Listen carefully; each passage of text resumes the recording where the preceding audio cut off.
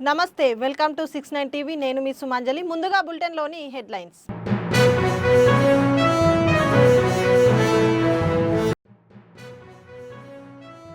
Kaleshwaram commission రిపోర్టుపై అసెంబ్లీలో సుదీర్ఘ చర్చ మైక్ ఇవ్వడం లేదని సభను వాకౌట్ చేసిన బీఆర్ఎస్ సభ్యులు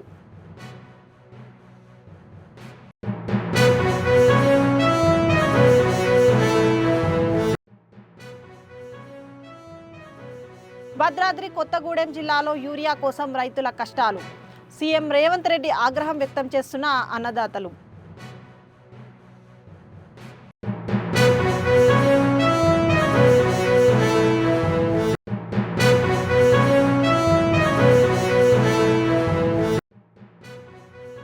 వైజాగ్ స్టీల్ ప్లాంట్ ప్రైవేటీకరణను అడ్డుకునేందుకు వైసీపీ పోరాటం త్వరలో ప్రత్యేక కమిటీ ఏర్పాటు చేస్తామన్న ఎమ్మెల్సీ బొత్స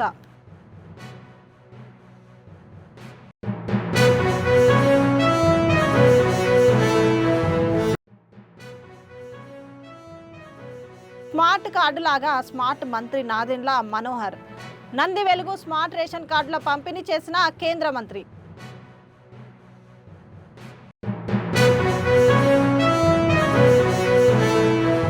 ఇక డీటెయిల్స్లోకి వెళ్తే తెలంగాణ కాళేశ్వరం కమిషన్ రిపోర్టుపై సుదీర్ఘంగా 5 గంటల చర్చ జరుగుతుండగా అసెంబ్లీలో గందరగోళం నెలకొంది తమకు మైకు ఇవ్వడం లేదని బీఆర్ఎస్ ఎమ్మెల్యేలు అసెంబ్లీ నుంచి వాకౌట్ చేసి బయటకు వచ్చారు రాష్ట్ర మంత్రుల తీరుపై తీవ్ర అసహనం వ్యక్తం చేశారు ఘోష్ కమిషన్ నివేదికను బీఆర్ఎస్ ఎమ్మెల్యేలు చెత్తకుండీలో పడవేశారు తమను మహిళా మార్షల్స్ అదుపు చేస్తారా అంటూ కేటీఆర్ ఫైర్ అయ్యారు గన్ పార్క్ ఎదుట నిరసన తెలిపారు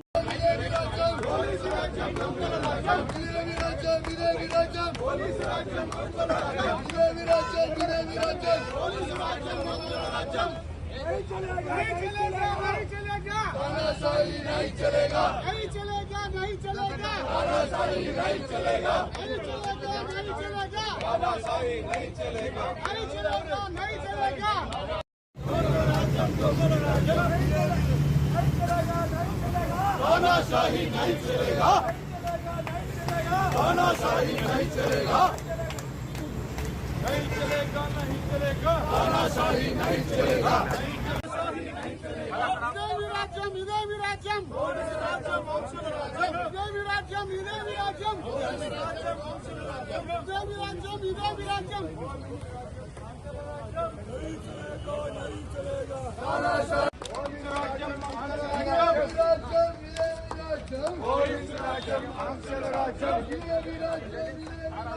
భద్రాద్రి కొత్తగూడెం జిల్లా చంద్రుగొండ మండలం గానుగా పాడులో యూరియా కోసం రైతుల తిప్పలు పడుతున్నారు ప్రభుత్వ సహకార సంఘం ఎదుట యూరియా కోసం తెల్లవారుజాము నుండే రైతులు తమ చెప్పులను వరుసలో పెట్టి ఇక్కట్లు పడుతున్నారు కాంగ్రెస్ ప్రభుత్వం ఎన్నికల ముందు ప్రజలకు మోసపూరిత హామీలు ఇచ్చి గద్దెక్కిందని రైతులు ఆగ్రహం వ్యక్తం చేస్తున్నారు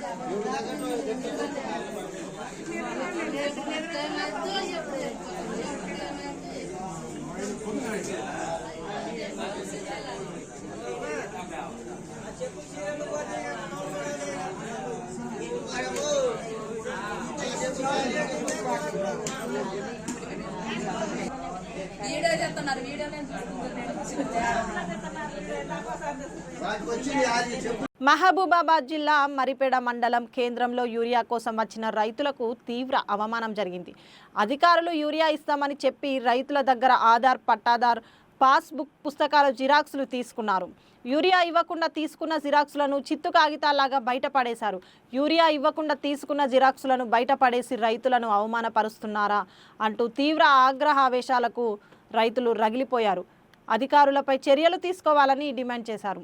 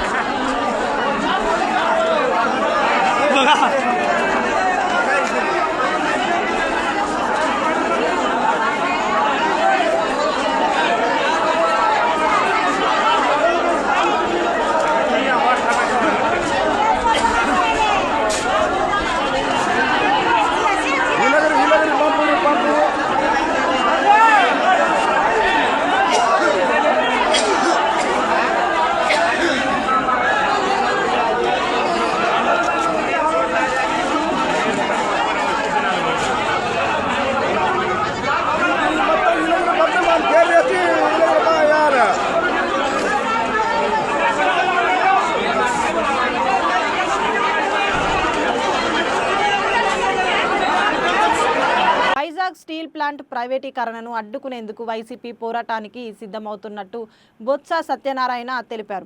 విశాఖలో జరిగిన ఉక్కు పరిరక్షణ సమావేశంలో ఆయన మాట్లాడుతూ ప్రత్యేక కమిటీ ఏర్పాటు చేసి దాని ఆధ్వర్యంలో ఉద్యమం కొనసాగిస్తామని స్పష్టం చేశారు. 32 మంది త్యాగాలతో ఏర్పడిన స్టీల్ ప్లాంట్ ప్రజల హక్కు అని పేర్కొన్నారు. ఈ విషయంలో చంద్రబాబు, పవన్ ఎందుకు ప్రధానిని కలవలేదని ప్రశ్నించారు. చేస్తున్న పోరాటానికి మనం జగన్మోహన్ రెడ్డి గారి ఆధ్వర్యంలో మద్దతు తెలపడంతో పాటు వారు నిరాహార తీసుకునే శిబిరాన్ని కూడా ఈ కూటమి ప్రభుత్వం ఈ రోజు తొలగించడం జరిగింది. ఆ కార్పొరేటర్ వార్డుల్లో వివక్ష చూపిస్తూ అభివృద్ధికి సంబంధించి ఎలాంటి నిధులు కూడా కేటాయించకుండా ఉన్న తీరు పైన కూడా సంబంధిత అధికారులకి మన పార్టీ ప్రజాప్రతినిధులు ఎవరైతే ఉన్నారో అలాగ వైఎస్ఆర్ కాంగ్రెస్ పార్టీ అధ్యక్షులు కేకే రాజు గారికి అలాగే ఈ కార్యక్రమానికి ముఖ్య అతిథిగా విచ్చేసినటువంటి రీజనల్ కోఆర్డినేటర్ అలాగే శాసన జగన్ రెడ్డి గారికి, సీనియర్ నాయకులు మాజీ వడా చైర్మన్ రవిరాజ్ గారికి, జహీర్ అహ్మద్ గారికి, రొంగల్ జగన్నాథం గారికి, జాన్ వెష్లీ గారికి, పార్లమెంట్ అభ్యర్థులైనటువంటి కదిరి బాబురావు గారికి, వేదిక మీద ఉన్నటువంటి పెద్దలందరికీ కూడా హృదయపూర్వకమైన అభినందనలు తెలియజేస్తున్నాను. ఈరోజు ప్రధానంగా మాకు రాజ్యవర్గ విషయంలో ముఖ్య అతిథులు పెద్దన్నగారైనటువంటి బొత్స సత్యనారాయణ గారికి నా హృదయపూర్వకమైన చాలా యాంటీగా ఉన్నారన్నమాట. స్టీల్ ప్లాంట్ వెళ్ళిపోతుంది అన్న మాట మీద చాలా యాంటీగా ఉన్నారు. ఐ అప్రిషియేట్ లీడర్ రమణమూర్తి గారు చాలా గట్టిగా అతనేమో వాయిస్ అందిస్తూ ఉన్నారన్నమాట. మరి మీ మరి ఈ కార్యక్రమం ఏ విధంగా ముందుకెళ్ళాలనే దాని మీద వారిని అందరూ కూడా ఆ రౌండ్ టేబుల్ సమావేశంలో సోదరులు వాసుపల్లి గణేష్ కుమార్ గారికి, మాజీ మంత్రివర్యులు శ్రీ బాలరాజు గారికి, శాసనమండలి సభ్యులు ఒక నియంతృత్వ పోకటితో ఒక అణచివేత ద్వారంలో రాజ్యాంగం కల్పించిన హక్కులను కూడా కాలరాస్తూ సహకారంతో కార్పొరేటర్స్ కానీ వార్డు ప్రెసిడెంట్స్ కానీ అందరి సహకారంతో రేపు రాబోయేటువంటి మరి ఈ యొక్క స్టీల్ పేర అదే దానికి ప్రెసిడెంట్ కూడా ఇవ్వడం జరిగింది. మరి అదేవిధంగా స్టీల్ ప్లాంట్ సంస్థ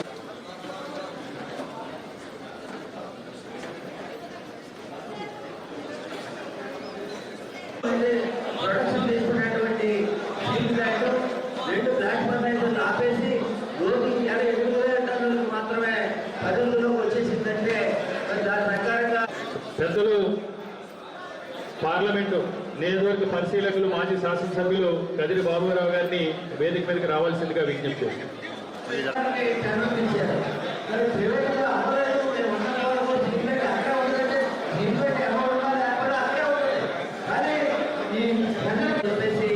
మొత్తం ఆ డబ్బు ఖర్చు పెట్టాడు, జిఎస్టీ కింద ఖర్చు పెట్టాడు, బ్యాంక్ ఇంట్రెస్ట్ కింద ఖర్చు పెట్టాడు తప్ప వర్కింగ్ క్యాపిటల్ కింద ₹1 కూడా జరిగిన సమావేశంలో పార్టీ మండల కమిటీలు, అది వార్డు కమిటీలు, వార్డు అధ్యక్షులు ఇవ్వడం జరిగింది. మీ బూతులకి స్థల మార్పిడికి సంబంధించి కానీ, ఓటర్ లిస్ట్ వెరిఫికేషన్ సంబంధించి కానీ ఇవన్నీ చేయడం కోసం త్వరితగతిన ఇప్పటికే మనకి దయచేసి అందరూ కొంచెం నిశ్శబ్దంగా సెపరేట్ రౌండ్ టేబుల్ సమావేశాలు కాకుండా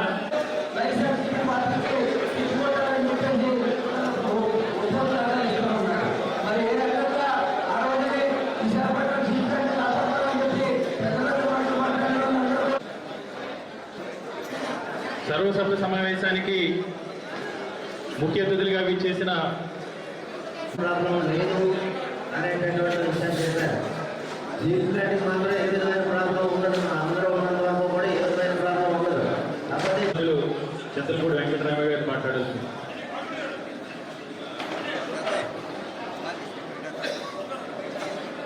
కార్యక్రమానికి విచ్చేసి మీ అందరికీ మరొకసారి ధన్యవాదాలు తెలియజేసుకుంటూ ఈ కార్యక్రమాన్ని ఉద్దేశించి తూర్పు నియోజకవర్గ సమన్వయకర్త మొల్లి అప్పారావు గారిని మాట్లాడాల్సింది.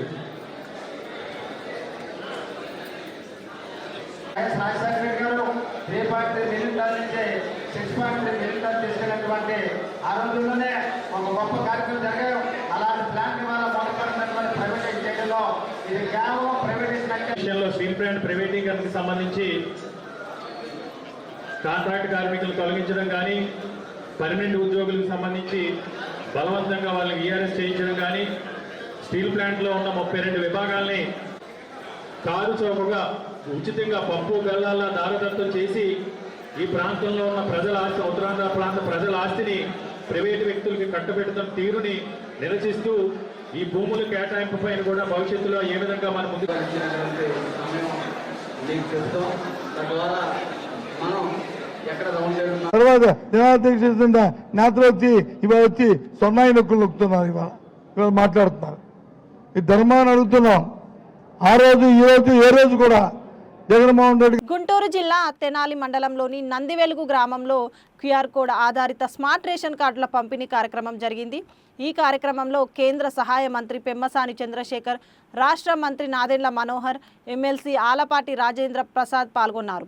ఈ సందర్భంగా పెమ్మసాని మాట్లాడుతూ దేశంలో ఎక్కడా లేని విధంగా ఆంధ్రప్రదేశ్లో స్మార్ట్ కార్డులను మొట్టమొదటిసారిగా అమలు చేస్తున్నామని, 4000 పెన్షన్లు అందించడం కూడా రాష్ట్రంలోనే జరుగుతోందని తెలిపారు. స్మార్ట్ కార్డుల్ని సమర్థవంతంగా తయారు చేసి మనకు అందిస్తున్నటువంటి స్మార్ట్ మంత్రి అయినటువంటి మన మనోహర్ గారికి, అదేవిధంగా ఇందాకే అక్కడ గ్రామంలో వెళ్ళినప్పుడు ఒక వ్యక్తి కనుచూపు కనపడట్లేదన్నారు.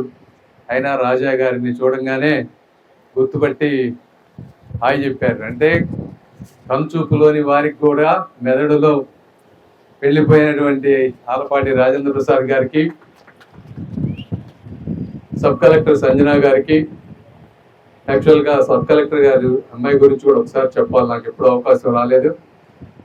ఈ మధ్య మంగళగిరిలో పసుపు రైతులకి గోడంలో పెట్టుకొని అవన్నీ కాలిపోతే ఇన్సూరెన్స్ తెప్పించడానికి మేము దాదాపుగా ఒక సంవత్సరం రోజులు కష్టపడ్డాం. అందులో ముఖ్యంగా వారే దగ్గరుండి అన్ని ఫాలో అప్లు చేయించి, సర్వేలు చేయించి రైతులకు న్యాయం చేయడంలో మంచి పాత్ర పోషించారు. వారికి కూడా నేను గుంటూరు ప్రజల తరఫున కృతజ్ఞతలు చెప్తా ఉన్నాను ఒకసారి. అదేవిధంగా ప్రభుత్వ అధికారులకు, నందివెలుగు నారీమణులకు, తెలుగుదేశం పార్టీ అభిమానులకు, జన సైనికులకు, పాత్రికేయులకు అందరికీ కూడా మరొకసారి ధన్యవాదాలు. ఈ ప్రోగ్రాంలో పార్టిసిపేట్ చేసినందుకు. మనోహర్ గారు ఇప్పుడే చెప్పారు స్మార్ట్ కార్డులు అనేవి ఎందుకు అనేది. మన అదృష్టం ఏంటంటే ఏది జరిగినా కూడా ఈ కంట్రీలో ఆంధ్రప్రదేశ్ అన్నింటిలో కూడా నంబర్ 1 స్థానంలో ఉంటుంది. స్మార్ట్ కార్డులు కూడా దేశంలో ఎక్కడా లేవు, ఫస్ట్ ఇక్కడే వస్తుంది. అది జనసేన పవన్ కళ్యాణ్ గారు, అదేవిధంగా మన మనోహర్ గారి ఆధ్వర్యంలో రావటం ఆనందంగా ఉంది. మరి ఈరోజు చూస్తా ఉంటే పెన్షన్ కూడా దేశంలో ఎక్కడా లేదు. 4000 రూపాయలు ఇస్తున్నటువంటి ఏకైక రాష్ట్రం ఆంధ్రప్రదేశ్. మన పక్కన తెలంగాణ ఉంది. తెలంగాణలో అద్భుతమైన ఆదాయం. హైదరాబాద్, ప్రపంచం అంతా వాళ్ళ వైపు చూసి హైదరాబాద్. అక్కడ ఈరోజు ఇస్తున్నటువంటి పెన్షన్ వచ్చేటప్పటికి 2000 రూపాయలు. అదే దేశంలో కూడా హైయెస్ట్, వేరే రాష్ట్రంలో కూడా ఎక్కడ అంతకంటే లేదు. అయినప్పటికీ కూడా 35,000 కోట్ల రూపాయల భారం సంవత్సరానికి పడతా ఉన్నా 4,000 రూపాయలు ఇవి, దివ్యాంగులకు 6,000, పూర్తిగా బెడ్ రిడన్ అయిపోతే 15,000 రూపాయలు. విధంగా దేశంలో ఎక్కడా లేని విధంగా సంక్షేమ పథకాలు అమలు చేస్తున్నటువంటి శ్రీ నారా చంద్రబాబు నాయుడు గారికి, అదేవిధంగా మన పవన్ కళ్యాణ్ గారికి ఒక్కసారి మీరందరూ కరతాళ ధ్వనులతో చప్పట్లు కొట్టి ధన్యవాదాలు తెలిపాలి. అది 35,000 కోట్ల రూపాయలు పోతే మొన్న తల్లికి వందనం ఒకే రోజు 10,000 కోట్ల రూపాయలు. అదేవిధంగా సిలిండర్లకి మొత్తం అన్నీ కలుపుకుంటే దాదాపుగా అది కూడా ఒక 5-6 వేల కోట్ల రూపాయల పైన పడుతూ ఉంది. అన్నదాత సుఖీభవ అన్ని విడతలు కలుపుకుంటే అది కూడా దాదాపుగా 8 నుంచి 10,000 కోట్ల రూపాయలు. ఈ 4 స్త్రీ శక్తి ఇవే కలుపుకుంటేనే మొత్తం 60,000 కోట్ల రూపాయల ప్రతి సంవత్సరం సంక్షేమ పథకాలు. 60,000 కోట్ల రూపాయలు ప్రభుత్వంపై 1వ తారీఖున ఈరోజు అందరికీ, ఉద్యోగస్తులందరికీ జీతాలు ఇస్తా ఉన్నారు. ఈ విధంగా సంక్షేమ పథకాలు చేస్తా ఉన్నారు. దీనితో పాటు అభివృద్ధిని ఎక్కడ ఆపకుండా అమరావతి కానీ, పోలవరం కానీ, గుంతలు పడ్డ రోడ్లు. మీరు ఒకసారి మేము ఆ రోజు ఎలక్షన్ ముందు ఇక్కడికి రావాలంటే మనోహర్ గారు మేము విజయవాడ నుంచి కానీ గుంటూరు నుంచి కానీ తెనాలి రావాలంటే భయం వేసేది. 2 గంటలు పట్టేది ఇక్కడికి రావాలంటే. ఆ విధంగా ఉన్నటువంటి రోడ్డు ఈ రోజున సంక్షేమ పథకాలతో పాటు అవి కూడా అద్భుతంగా మీరంతా 40 నిమిషాల్లో ఈరోజు రాగలిగాం మేమందరం. అక్కడ రోడ్లు అదేవిధంగా ఎక్కడ అవసరం వస్తే ఇక్కడ విలేజెస్ మధ్య అయితే ఇంకా కొన్ని వేయాలి, కాదనటం లేదు. ఇవన్నీ చేసుకుంటా పేద ప్రజలకు ఇబ్బంది జరగకుండా అభివృద్ధి చేసుకుంటూ, అదేవిధంగా ఉద్యోగాలు వచ్చే విధంగా, ఉద్యోగాలు ఎలా రావాలి. గత 5 సంవత్సరాలు తీసుకుంటే ఒక్క కంపెనీ అంటే ఒకటి ఎవరన్నా చెప్పగలంటే ఎవరు చెప్పలేనటువంటి పరిస్థితి. ఈరోజు నారా లోకేష్ గారు దేశం అంతా తిరిగి ఆయన శక్తి మేర ఎక్కడ అవసరమైతే అక్కడ ఆ విధంగా కంపెనీలు తీసుకొస్తా ఉన్నారు. అవన్నీ ఒక 2 సంవత్సరాల్లో పట్టాలెక్కితే ఉద్యోగాలు, ఈ విధంగా సమగ్రమైనటువంటి అభివృద్ధి చేస్తూ అన్ని వర్గాల ప్రజలను మెప్పిస్తున్నటువంటి ప్రభుత్వం ఈ కూటమి ప్రభుత్వం. ఇక్కడే చూస్తా ఉన్నాం, ఇందాక ఊర్లోకి వెళ్తే కుర్రవాడు వర్క్ ఫ్రమ్ హోమ్ చేస్తా ఉన్నాడు ఇక్కడి నుంచి కంప్యూటర్ ద్వారా. అంటే ఈ రోజుల్లో గ్రామాలు నిర్వీర్యం అయిపోతా ఉన్నటువంటి ఈ రోజుల్లో పిల్లలు చదువుకున్న వాళ్ళు గ్రామాలు వదిలిపెట్టి పట్టణాలు వెళ్లకుండా ఉండాలంటే ఇది ఒక మంచి మార్గం. వర్క్ ఫ్రమ్ హోమ్ అంటే గ్రామాల్లో వచ్చి వాళ్ళు ఇక్కడ పనిచేసుకుంటా సాయంత్రం శని ఆదివారాల్లో గ్రామంలో ఉన్న సమస్యల మీద ఒక అవగాహన పెంచుకుంటూ మళ్ళీ గ్రామ స్వరాజ్యాన్ని తీసుకురావటమే నిజమైన అభివృద్ధి. దీన్ని కూడా గుర్తించినటువంటి వ్యక్తులు శ్రీ నారా చంద్రబాబు నాయుడు గారు, అదేవిధంగా పవన్ కళ్యాణ్ గారు. వర్క్ ఫ్రమ్ హోమ్ ఏ విధంగా చేస్తే మనకు ఉద్యోగాలు వస్తాయి, గ్రామాలు అభివృద్ధి చెందుతాయని ఆలోచిస్తూ అన్ని విధాలుగా, అదేవిధంగా మేము కూడా సెంట్రల్లో ఎక్కడ అవకాశం ఉంటే ఏవి చేయగలిగితే అవన్నీ కూడా తీసుకొచ్చడానికి మేము ప్రయత్నిస్తా ఉన్నాం. కాబట్టి ఈ ప్రాంత ప్రజలు, అదేవిధంగా నందివేలుకు మీరు ఇంతకుముందు ఎలక్షన్ ముందు వస్తే స్కూల్ ఆగిపోయిందని చెప్పారు ఆ రోజున మీరు. అదంతా మళ్ళీ ఎన్ఆర్ఐలు అందరూ కలిసి వాళ్ళు డబ్బులు వేసుకొని మంచి స్కూల్ కూడా ఆ రోజు తయారు చేసి ఇవ్వడం జరిగింది. ఈ విధంగా అంటే ఒక గ్రామంలోనే ఇన్ని విధాలుగా అభివృద్ధి జరుగుతూ ఉంది. గత 5 సంవత్సరాలకి ఇప్పటికి మీరు పోల్చుకొని నిజంగా మీ గురించి ఆలోచించే వాళ్ళు ఎవరు ఉంటే మీకు మంచి జరుగుతుంది, మీ పిల్లలకు మంచి జరుగుతుంది, భవిష్యత్తు తరాలకు మంచి జరుగుతుందో ఆలోచించుకొని ఆశీర్వదిస్తారని మనస్ఫూర్తిగా కోరుకుంటూ మరొక్కసారి మీ అపూర్వమైన అభిమానానికి కృతజ్ఞతలు తెలుపుకుంటూ సెలవు తీసుకుంటున్నాను. Thank you. కూటమి ప్రభుత్వం బీసీలపై వివక్ష చూపుతోందని, ఎన్నికల సమయంలో బీసీలను వెన్నెముకగా అభివర్ణించి గెలిచిన తర్వాత వారిపై దాడులు, కేసులు పెడుతోందని బీసీ రాష్ట్ర వర్కింగ్ ప్రెసిడెంట్ క్రాంతి కుమార్ గుంటూరులో తెలిపారు. వెంటనే కులగణన చేయకపోతే రాష్ట్ర వ్యాప్తంగా నిరసనలు చేపడతామని ఆయన హెచ్చరించారు. రాష్ట్రం విభజన జరిగినప్పటి నుంచి కూడా 10 సంవత్సరాల్లో ఇప్పుడు 12వ సంవత్సరం, ప్రతి ఒక్కళ్ళు బీసీల గురించి చాలా చక్కగా వర్ణించారు. ప్రభుత్వాలన్నీ కూడా చాలా గొప్పగా బీసీలకి మేమే అండదండ అని చెప్పేసి మరి మొట్టమొదట టీడీపీ ప్రభుత్వం నారా చంద్రబాబు నాయుడు గారు ముఖ్యమంత్రిగా ఉన్నప్పుడు అదే చెప్పారు. ఆ తర్వాత జగన్మోహన్ రెడ్డి గారు వచ్చిన తర్వాత అదే చెప్పి ముందుకు నడిపారు. ఇప్పుడు మళ్ళీ కూటమి ప్రభుత్వం జనసేన, మరి టీడీపీ, అదేవిధంగా బీజేపీ 3 కూటమి కలిసిగా ముందుకు సాగించి మరి మీకు తప్పకుండా న్యాయం చేస్తామని చెప్పేసి మేమే బీసీలకి ఎప్పుడు కూడా వెనుదండగా ఉండేది, మా వెన్నుముకే బీసీ అని చెప్పుకున్న పార్టీ అంతా కూడా మరి ఈరోజు ఇప్పుడున్న పరిస్థితులకి ఏం న్యాయం చేశారని అడుగుతూ ఉన్నా. ఈరోజు రాష్ట్రంలో మీరందరూ గమనిస్తే రాష్ట్రంలో బీసీలపై ఎన్ని దాడులు జరుగుతున్నాయి చాలా స్పష్టంగా అడుగుతున్నా. రాష్ట్ర వ్యాప్తంగా ప్రతి ఒక్క గ్రామంలో కూడా అత్యధికంగా వివక్షతకు గురవుతుంది బీసీలే. బీసీలకు సంబంధించి మరి రాష్ట్రంలో మొన్న ఎలక్షన్స్ అయినప్పటి నుంచి కూడా అత్యధికమైన కేసులు ఉంది కూడా ఈ బీసీల పైనే. ఎందుకు చెప్తున్నానంటే కేసుల మీద ఎందుకు పర్టికులర్గా చెప్తున్నానంటే మా మహిళల మీద మొన్న ఈ మధ్య రజిక మహిళల మీద ఎంతమంది మీద దాడులు జరిగినాయో మీ అందరూ గమనించాలి. మాకు సంబంధించిన ఎవరి మీదైనా కానీ ఎస్టీ కేసులు ఎన్ని ఉన్నాయి బీసీల మీద అనేది మీరు గమనించాలి. ఎందుకు చెప్తున్నానంటే ఇది మీరేం చెప్పారు, ఓట్లు వేయించుకునేటప్పుడు బీసీ రక్షణ చట్టం, మరొక్కసారి తెలియజేస్తున్నా, బీసీ రక్షణ చట్టం తీసుకొస్తానని చెప్పేసి చంద్రబాబు నాయుడు గారు, లోకేష్ గారు, పవన్ కళ్యాణ్ గారు, అదేవిధంగా బీజేపీ వాళ్ళు ప్రతి ఒక్కళ్ళు కూడా మీ మేనిఫెస్టోలో బీసీ రక్షణ చట్టం తీసుకొస్తాం అని చెప్పింది మీరే. అంటే మీ దగ్గర ఒక స్పష్టమైన నివేదిక ఉంది. బీసీలపై ఎన్ని దాడులు జరుగుతున్నాయి, ఎంత వివక్షతకు గురవుతున్నారో మీ దగ్గర చాలా స్పష్టంగా, చాలా క్లియర్గా మీ దగ్గర అన్ని లెక్కలు ఉన్నాయనేది వాస్తవా కాదా అని అడుగుతూ ఉన్నా. Srisaila lord Buddha circuit motor cycle యాత్ర బృందం తిరుమల శ్రీ వెంకటేశ్వర స్వామి వారిని దర్శించుకుంది. ఈ సందర్భంగా బృందం కన్వీనర్ రాహుల్ పాటిల్ మాట్లాడుతూ తిరుమల దర్శనం ఆనందదాయకమైందని తెలిపారు. యాత్ర విజయవంతం కావడంలో సహకరించిన కలెక్టర్ యంత్రాంగం, పర్యాటక శాఖ ప్రజలకు కృతజ్ఞతలు తెలిపారు.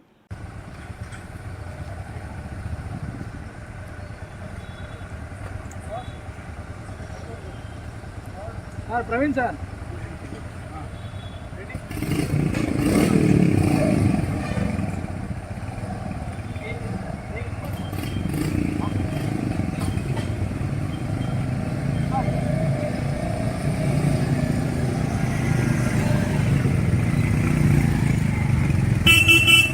we are here in Tirupati, Silparam District Tourism Office for flag off from Tirupati. This is the second last flag off from Andhra Pradesh territory. Tri Service, Tri Nation, Lord Buddha Cycle Bike Expedition. I would like to special thank you District Tourism Officer Reddy Saab, Youth Services and Mohan Kumar ji, Praveen ji and Andhra Pradesh Police, District Police and all the sir also for supporting, squatting each and everything. Entire my team is very happy for it was a great experience for us and through Balaji Darshans and all everything. And now we are after this flag off we are moving to the next destination Chittoor. And I would like to special thanks for all art, culture, youth and sports activity peoples and the local people also. Thank you very much for your kindly support and each and for the national integrity and the Buddha tourism. On behalf of my entire team, I would like to special thank you. జై హింద్. అల్లూరి జిల్లాలో జరిగిన వినాయక నిమజ్జనంలో అపశృతి చోటు చేసుకుంది.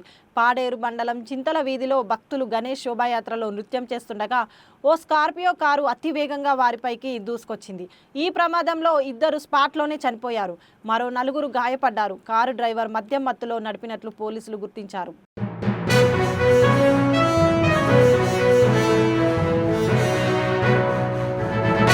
Guntur విద్యానగర్లో MNK youth ఆధ్వర్యంలో జరిగిన గణేష్ ఉత్సవాల్లో రాష్ట్ర technology services chairman Mannava Mohana Krishna, hero Nara Rohit పాల్గొన్నారు. చిత్ర బృందం గణపయ్యకు ప్రత్యేక పూజలు నిర్వహించింది. ఈ సందర్భంగా హీరో రోహిత్ మాట్లాడుతూ వినాయక చవితి రోజునే తన చిత్రం విడుదలైనందుకు ఆనందంగా ఉందని తెలిపారు.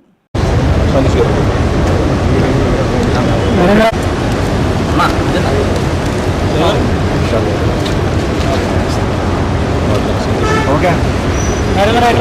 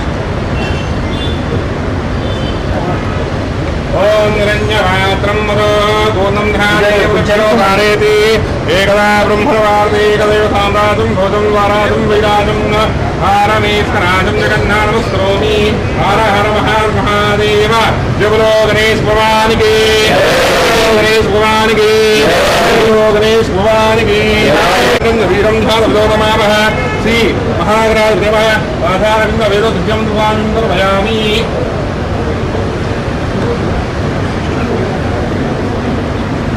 నమస్కారం చేసుకొని చెప్పండి. అంజదా శరణం నాస్తి తమేవ శరణం మమ తస్మాత్ కారుణ్య భావేన రక్ష రక్ష పరమేశ్వర గణనాయక ఆదివర యోగ్యత సదాశివ శ్రీమన్మహాదేవ చంద్రాంతిక కాళాగుట్ర గణపతి పరిపూర్ణ కరాక్ష సిద్ధేతం.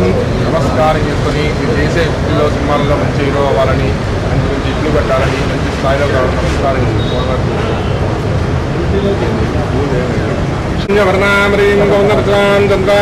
వీరం జాతోతమావహ తమాశ్రీం జగన్నా నమో లోకస్వే నమో దేశం జగన్నా నమో లోకాత్మికం లోకభూషితం లోకనారాయణం జగదీశం జగన్నా నమో లోకస్వే నమో హిరణ్యవర్ణాయ పరమరూపాయ పరమేశ్వరాయ సదాశివాయ శ్రీమన్మహాదేవాయ నమః.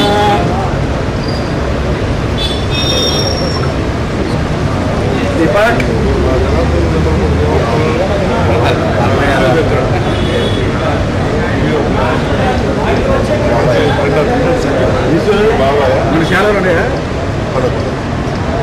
ఓం జగదీశం జగన్నా నమో వీరం నమోదీశం జగన్నా నమో లోకస్వే నమో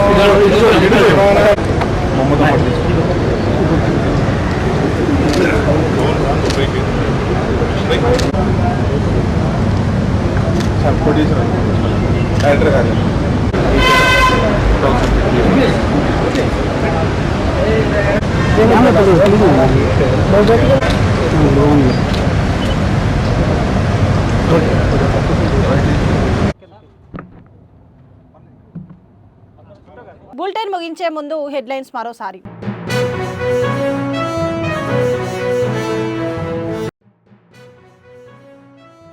కాళేశ్వరం కమిషన్ రిపోర్టుపై అసెంబ్లీలో సుదీర్ఘ చర్చ. మైక్ ఇవ్వడం లేదని సభను వాకౌట్ చేసిన బీఆర్ఎస్ సభ్యులు.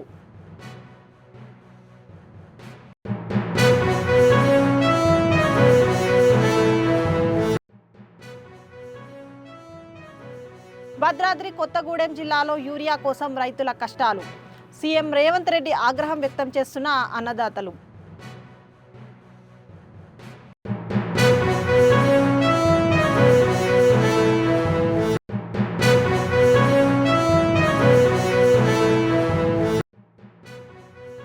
వైజాగ్ స్టీల్ ప్లాంట్ ప్రైవేటీకరణను అడ్డుకునేందుకు వైసీపీ పోరాటం. త్వరలో ప్రత్యేక కమిటీ ఏర్పాటు చేస్తామన్న ఎమ్మెల్సీ బొత్స.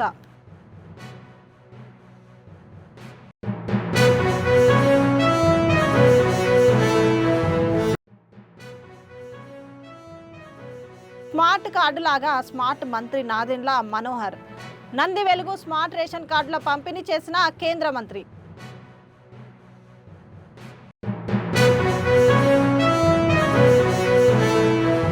ఇవి బులెటిన్ విశేషాలు. మరిన్ని అప్డేట్స్ కోసం చూస్తూనే ఉండండి 69 టీవీ తెలుగు న్యూస్.